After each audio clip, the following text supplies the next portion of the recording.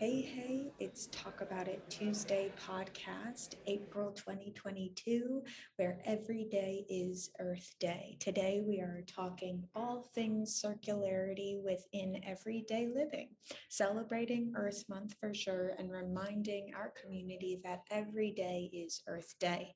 Our guests today are Rachel, founder and CEO of Reclypt, and Joe Livingstone, founder and chief operating officer of Itemfarm. We are so happy to have these experts that truly do live every day like it is Earth Day.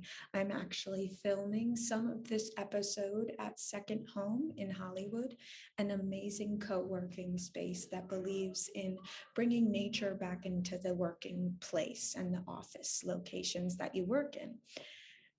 Side note, this is not an advertisement and not sponsored ad with Second Home.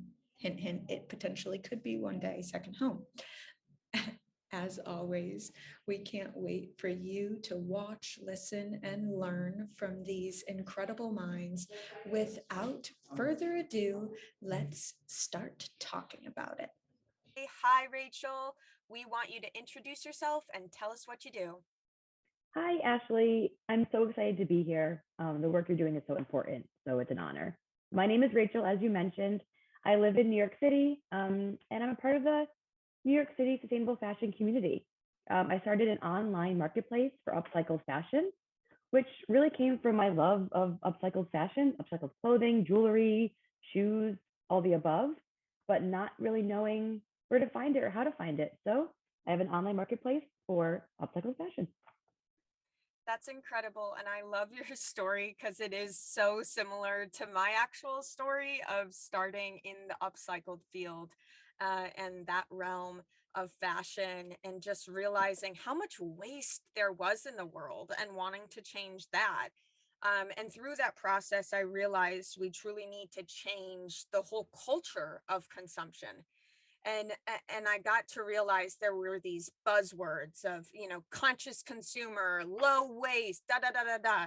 So just to narrow it down, Rachel, I want you in your own words and in your own eyes to define what you think a conscious consumer Mm. is, just for our audience, if you will. Yeah, you're totally right. They kind of are buzzwords and it clouds the space. Um, and I kind of assimilate conscious consumer with sustainable fashion. It's this huge umbrella term that could be anything and everything. But for me, I kind of break it down into three different ways to look at it. So the first is take it easy on yourself. If you're a conscious consumer or you're shopping sustainably, you're not going to do it right 100% of the time, right? So take it easy on yourself. Secondly, and very similar, is it's when you don't judge others. Everybody's on a different journey, including yourself. I just bought single-use plastic. Did I hate it? Yes, but I did it. Okay, and we get over it. We don't think about it. We go on. But I think the most important and the best way I can describe being a conscious consumer is consuming based on your values. So whatever that may be for you. And you just have to kind of think about what your values are and then purchase based on that. Actually, let me backtrack. It's not just purchasing, it's renting, it's inhaling, it's surrounding yourself with, it's bargaining, thrifting, anything. If it's touching one of your senses, you're consuming it. So just consuming based on your values. Wow, I love that. I've actually never heard someone define consuming as that, touching one of your senses, because that is true. And that even goes into the beauty industry where we have all of these, fabrics, scenters, and all of these, fragrances really in our Mhm. in our products that we use, especially as females. And that goes into our senses and what are we consuming in our all around senses. I love that, Rachel. Great way to describe that for sure. um, it's really important to remember that conscious consuming too is just the thought before you consume, being conscious Yeah. of it, right? Like, Mm-hmm. and involving all of your senses would be something you need to be conscious of, all of them. I love that. Fantastic. Yeah. I So think it's a good way. Oh, not to go, interrupt. go ahead. This is a Oh, chat. sorry. We're talking here. Go I for know it. these are topics that you and I can go on forever with. So 100%. um but yeah, I think similarly, because there's so many different senses and, well, five, not so many, and different ways they can be touched, if you will, that kind of ties into the don't judge other people. Don't judge yourself, because everybody's on a different journey. Everybody is consuming in different ways that are important to them. And I think that's important too, because conscious consumption is rooted in such a wonderfully potential manner, but it can get clouded in the space of what it could be, what it should be. So anyway, taking away that judgment and just knowing that everybody's on a different journey. That is so important. I think that's one of the biggest things I catch myself on, is not necessarily judging others. Well, yes and no. Like my parents will be like, you're running the water way too long, like shut it off, and they know. Oh yeah, parents are like, it's funny how, because they know you, right? Well, typically, and so when they see you change as a conscious consumer, they'll let you know. Oh yeah, and it's so funny to see them like try to change but not want to fall into my trap. They look at it as, like so funny. But this is true. It's like every conscious consumer has their own journey. Every consumer has their own journey. And if we're so individual, how can it just be one way to do it? It's not. It's your own journey, like you're saying, and your own story and your own values. So, Rachel, how did you start your conscious consuming journey? Yeah, I think, I have to say it ties back, maybe started when I was in the Peace Corps. I did Peace Corps in Uganda for 3 years. And that is one of the countries that accepts clothing donations from all over. And that was the market I would shop in. I mean, I found an Hermes scarf for what's like equivalent to $1. But the flip side of that, and very, very real side of that, is you see all the waste that is being sent, and it's trash. Clothes are made so poorly that by the time it makes the rounds, it's not wanted. And I mean, those emerging markets have rising middle class, that a rising middle class that wants their own product. They don't want the leftovers of another country. So that was kind of the back of my mind. I went to grad school, studied sustainable banking and finance. Just kind of learned that sitting at a desk isn't really my jam, sitting behind a computer. And so I kind of joined the sustainable fashion community in New York City. And like I mentioned earlier, that's where I found upcycled fashion and fell in love with it. I think I'm truly just envious of how creative people can be, and in grad school, as I'm kind of seeing all this use of waste, I'm making the connection between waste and climate change, waste and social issues, waste and economic, political, yada, yada. And so I'm just thinking to myself, well, waste is a really big issue, and people need to make that connection if they want to do something, because I'm sure a lot of us are overwhelmed, right? There's so much. So then like I said, I loved upcycle fashion, so I started a blog about it, just kind of reaching out to the people I knew. I'm sticking to New York City because that's the people I know. I want to kind of maintain a local model, but that then built into Reclypt, which is bringing all these upcycled products into one place that's easy to find, easy to browse, easy to discover, and we're also forming a community around it too. And that's kind of where we are today. We just launched a few months ago. We're adding new designers to the platform soon. We're doing a lot of fun things. And that's kind of that's our marketing scheme, if you will. We're doing hashtag shop your values, which ties into the earlier conversation, because that's really what I think resonates with a lot of people. Yeah, 100%. Shopping your values is really important. And, just shopping how you would want to be treated. So say you see a shirt for $12, would you want to make $12 to make that t-shirt, to put your whole energy and your almost I mean, to make a t-shirt, to design it, it takes at least a week to design, make the pattern, get the designer, all of that minimum. And Yeah. so would you want $12 a week to make that shirt? No? Okay, then skip it, but also don't look at it like, okay, just the percentage. If you look into it and they're dividing where that money's going, and you can see true transparency through that garment, or they have a QR code on their garment that you can scan and see the life cycle. And that $12 actually does do a huge impact. Okay, well, then that's my value.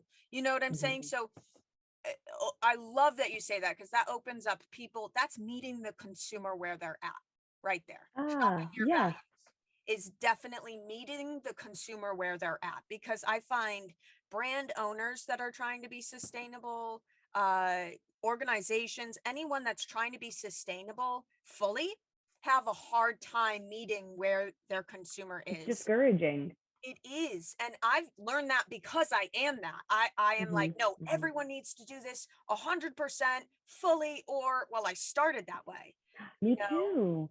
obsessed, Oh my gosh, yes. Yeah. And then I obsessed with nearly gave up. yeah.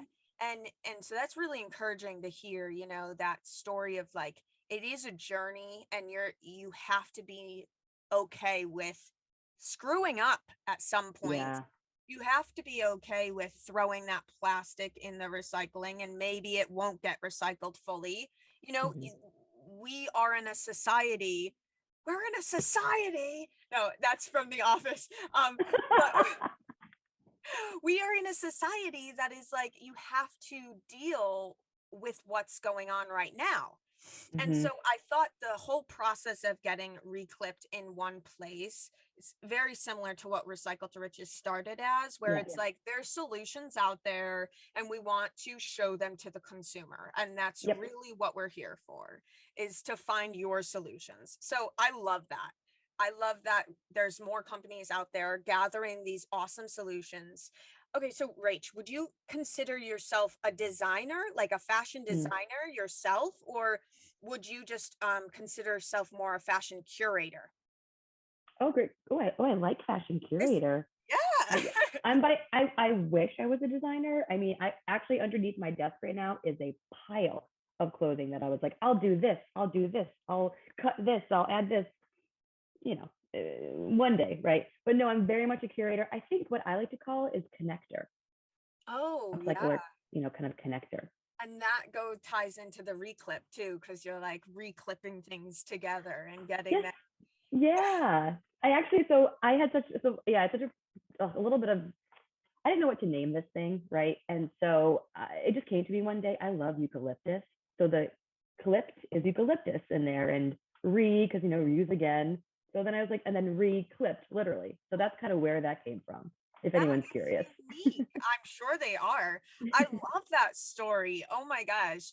Mine is like so typical. It's like the one I wanted wasn't available, so I had to change it. Like Same. So funny. Trademarking, Yeah, trademarking. Exactly what you got to do. So, okay, back to the journey. Everyone has their own. Any tips, tricks for the listeners out there that are listening now or watching on YouTube that, hey, if you want to know, like, really easy tips, tips to go on. It didn't sound right in my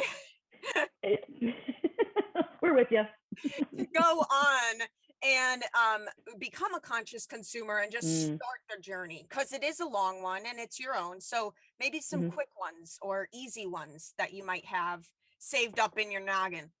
Totally. Actually, we were just talking about the first tip I was going to bring up is that zero waste living is a myth. Okay, just tell yourself that now. And like we said earlier, you're going to make mistakes. There's packaging in everything, whether you see it or not. So you're not zero waste. So as soon as you accept that, it sounds a little, whatever, maybe not very nice, but it's a myth. Get over it, and then, move on. But proactive tips, I have two. I think the first is have your own style, whether that means what you wear, how your aesthetic, your makeup, who you even, collaborate with. Have your own style. And that is a really good way to consciously consume. And similarly, and my third tip, I guess you could say, is find a community. The things you'll learn, the things you'll teach, the people you'll meet and grow with are just instrumental on your journey, like we keep saying, to being a more conscious consumer. Yeah, I think that's really important, Rachel, because to tell you the truth, I felt like when I started my journey, it was only through owning the company that I realized how much waste was actually in the world. And I felt very alone. And that's why I Mm. created the company, so that people didn't feel alone. And so, yeah, community, finding that community first, because that's what you had, right? You had that community first. You sought Yeah. that out. And that's really what helped you find your own in this conscious consuming world that we are now living in. And it's hard journey to tell everyone the truth. And Hmm. when I was on my own with it, you start finding people that are doing it, and you get so excited when you find that, Yeah. just like us having this great I was convo, just gonna say you and I. similar stories, you get excited because you find out that people care just as much as you. And you know Mm. that quote, don't expect other people to have the same heart as you. Yeah. I, Huh. it's so crazy because in this field, you do find people that have the same heart as you.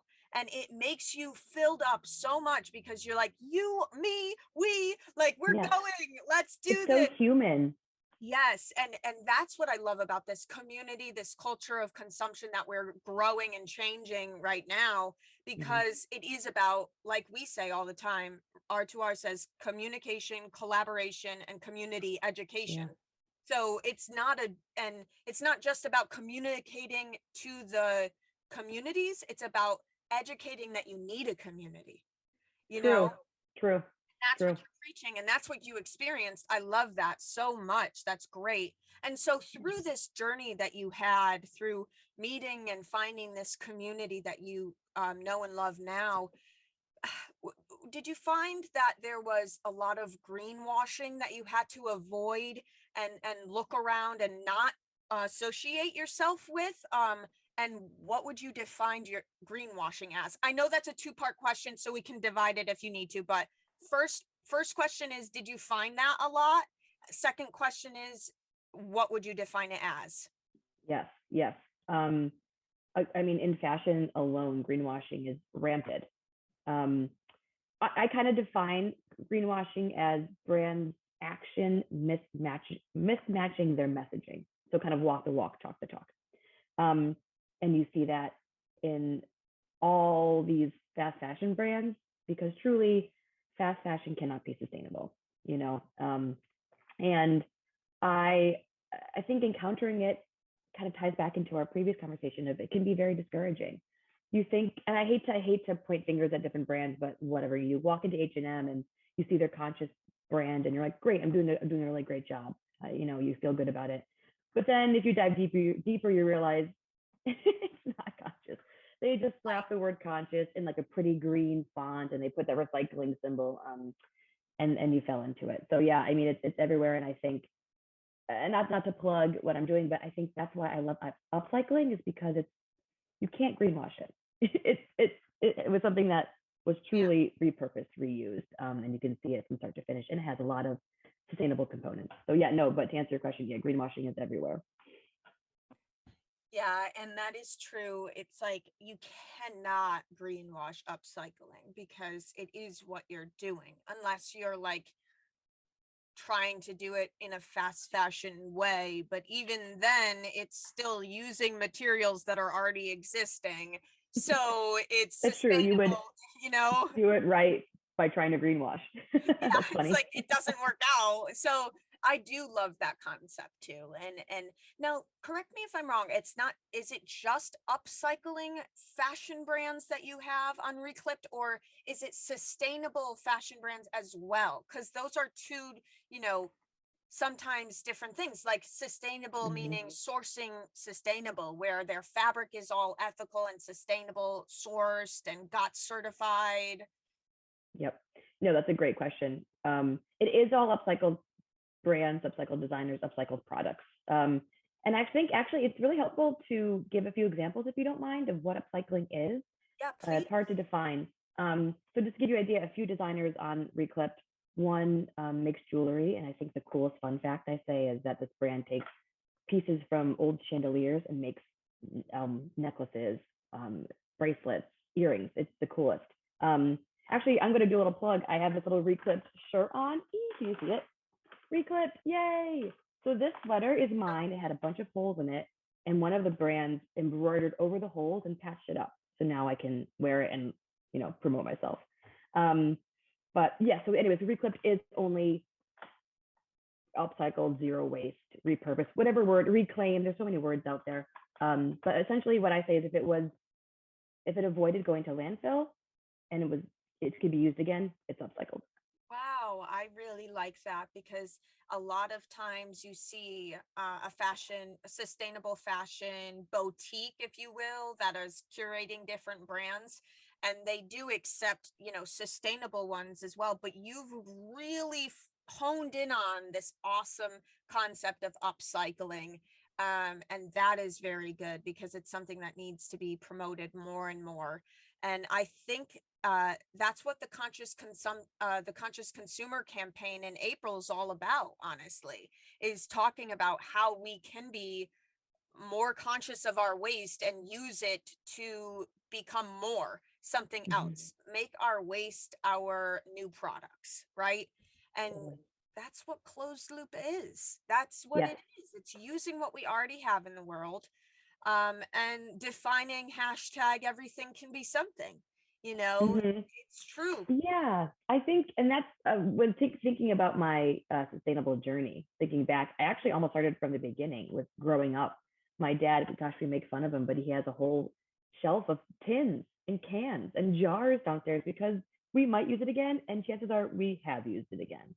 So I think that kind of, it's not just a flashy, beautiful, a creative world. It's also practical and just zero waste, using things again. And what was the hashtag? I love that. That was perfect. Hashtag Everything, everything can be something. love it. Yes, that could not be more true. That was my household growing up and to this day. So I Yeah. get that.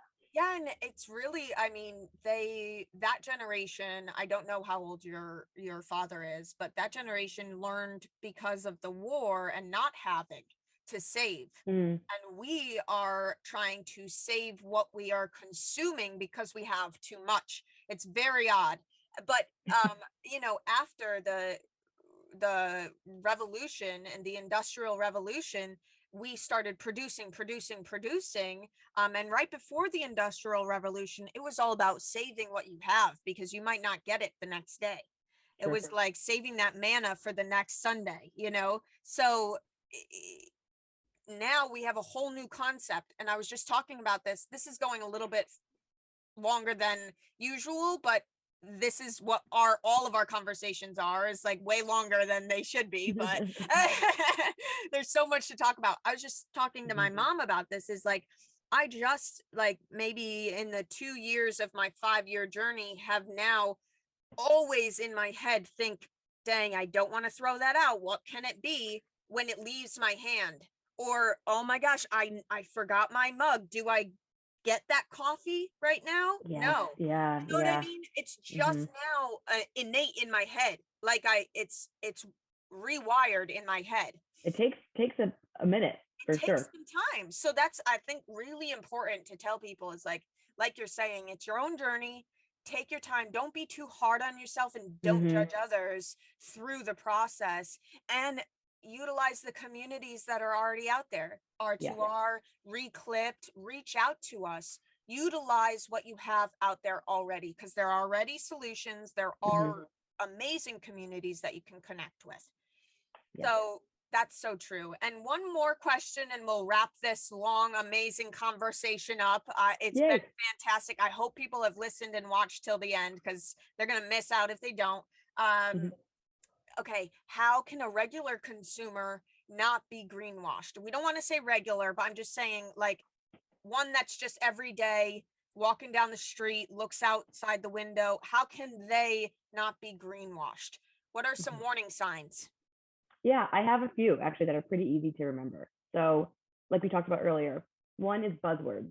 If you see sustainable, if you see conscious, if you see eco, those words, if it's a buzzword and it's kind of big and slapped on a campaign, it's probably greenwashing.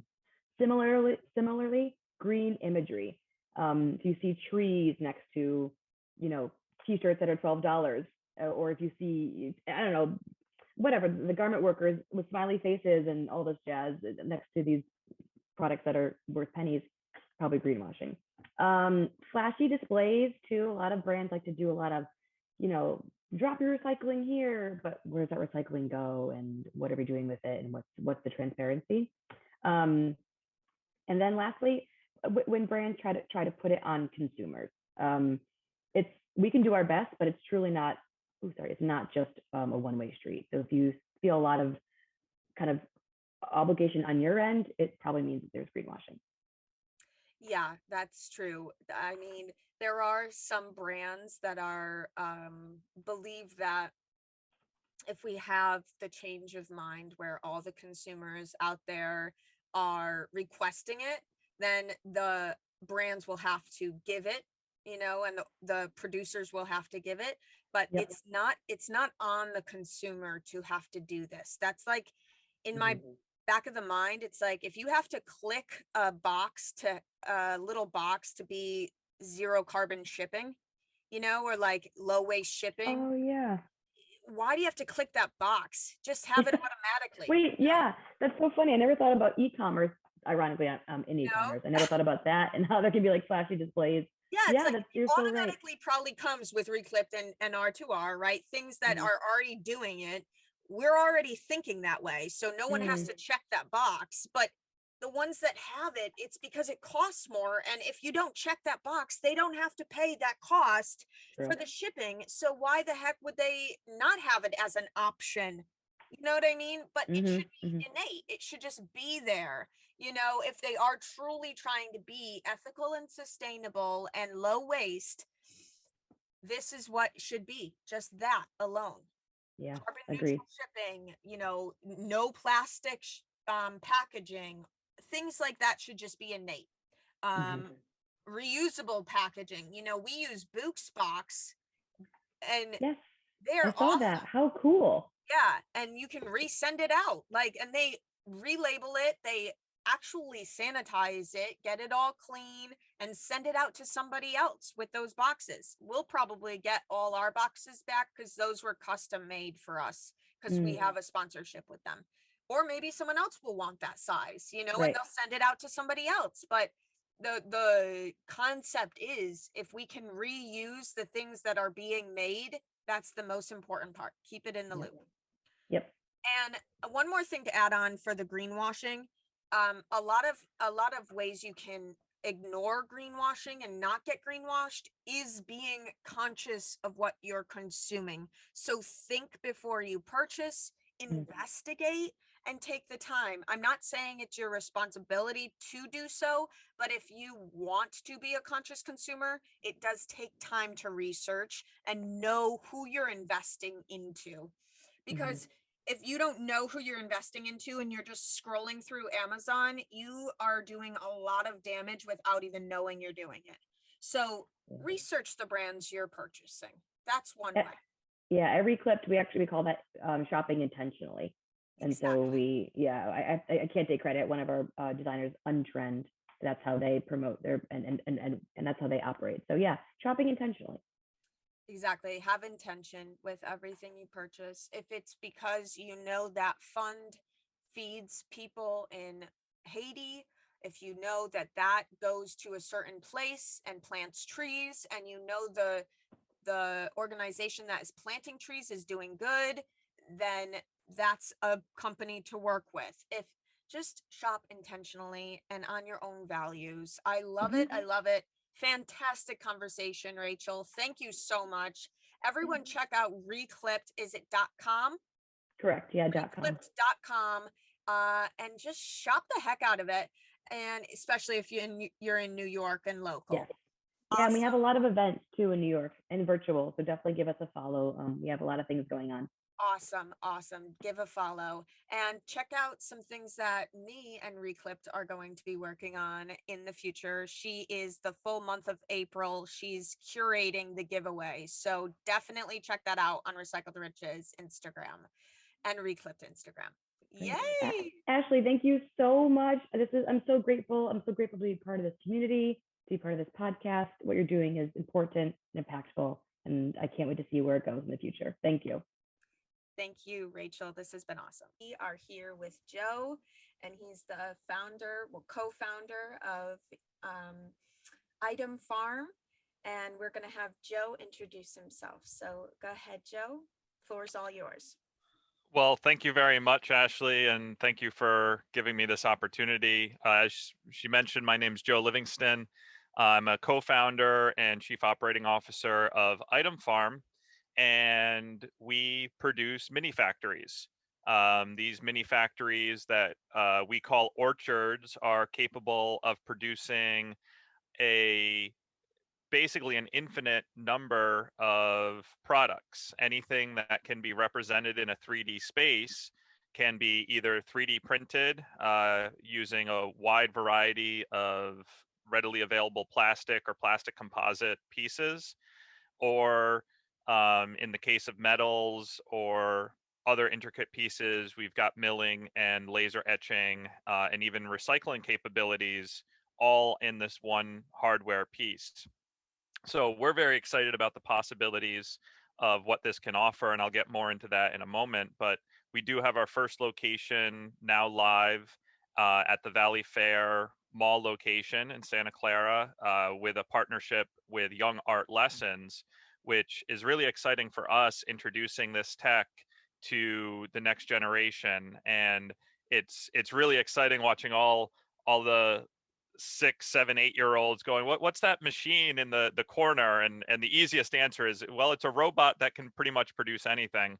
And they get really excited, and especially for the young art studio, being able to showcase to the kids that they can make a drawing or they can sculpt something, and then we can scan that, store that digitally, but then also then reproduce it, recreate it an infinite number of times.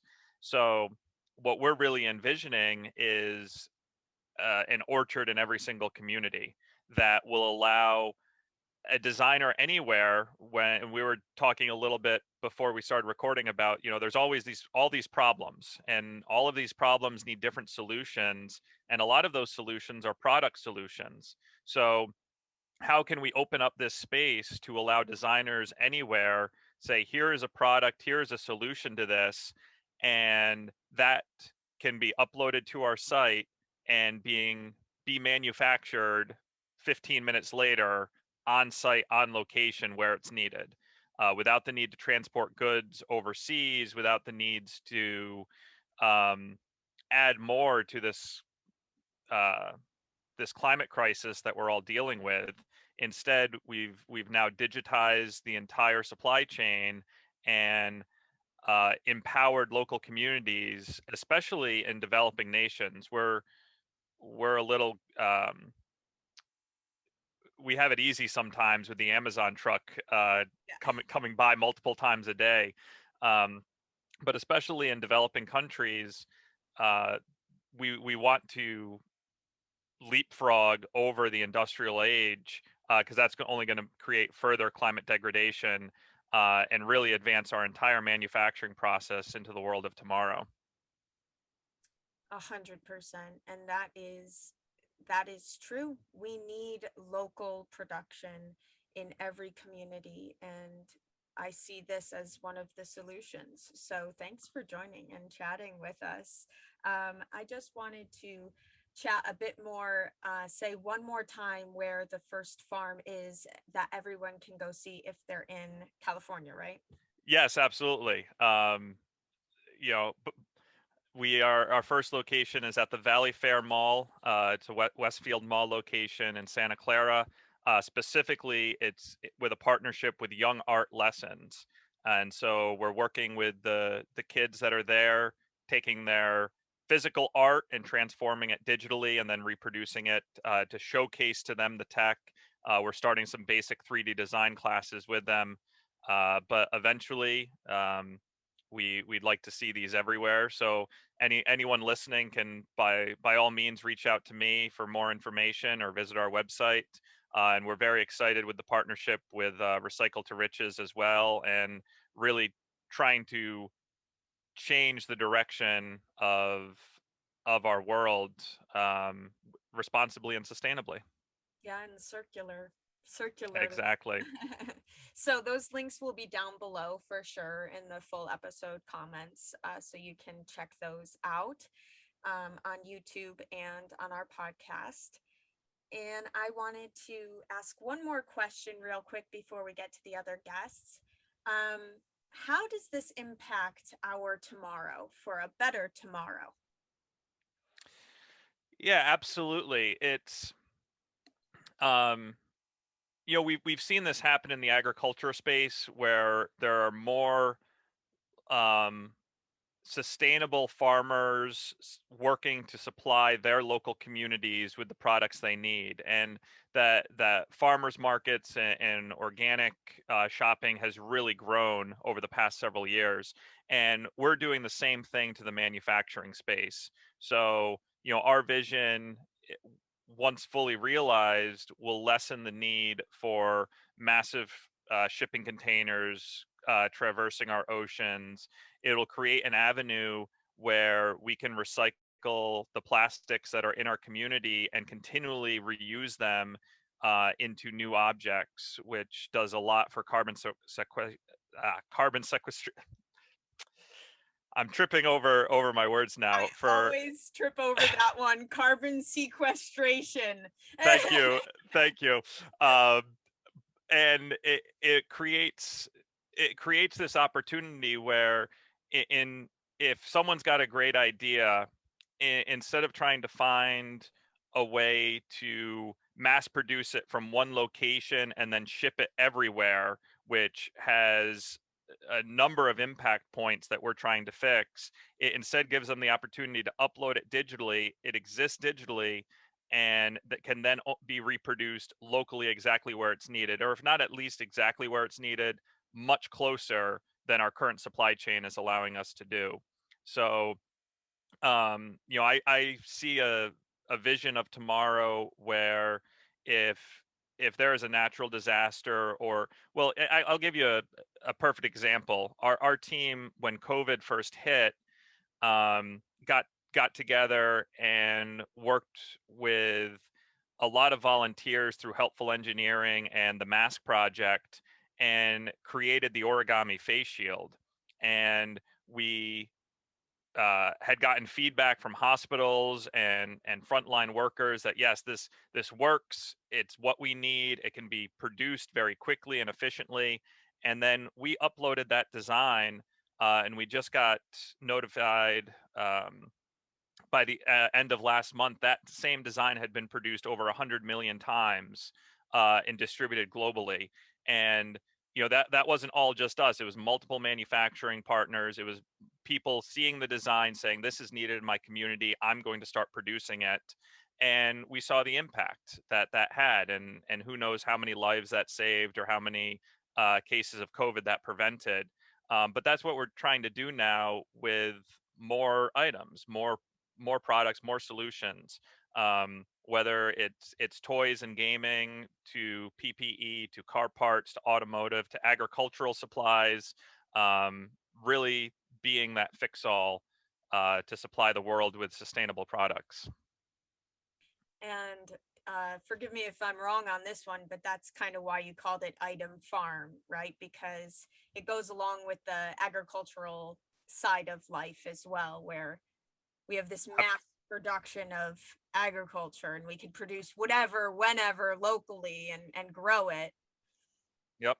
And ideally, same thing. The materials are being sourced locally as well, whether it's recycled plastic or biomass that's local to the area. There are lots of different solutions, but it does require a change of thought. Of we're used to the way that this system has grown up, and we've all become comfortable with it, and dare I say, complacent with it, and not really thinking about the greater impacts that our supply chain is having on the world around us, especially for developing countries. So by having the shift of how we expect products to be made and delivered, it really, in my eyes, creates a very promising future, that I would like to be a part of, and we're working hard to make it happen. Yeah, yeah, that is definitely. And I also like the concept that most products, like you said, that are produced through Itemfarm can be recycled back into it and produce a whole nother item or another product.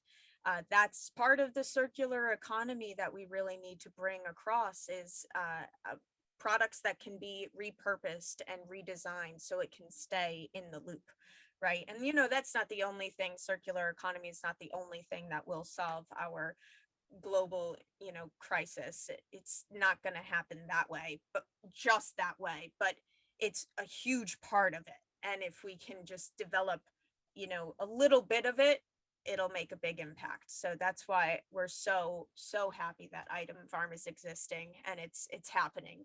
And this technology and this innovative technology is just going to push us so much forward, I believe.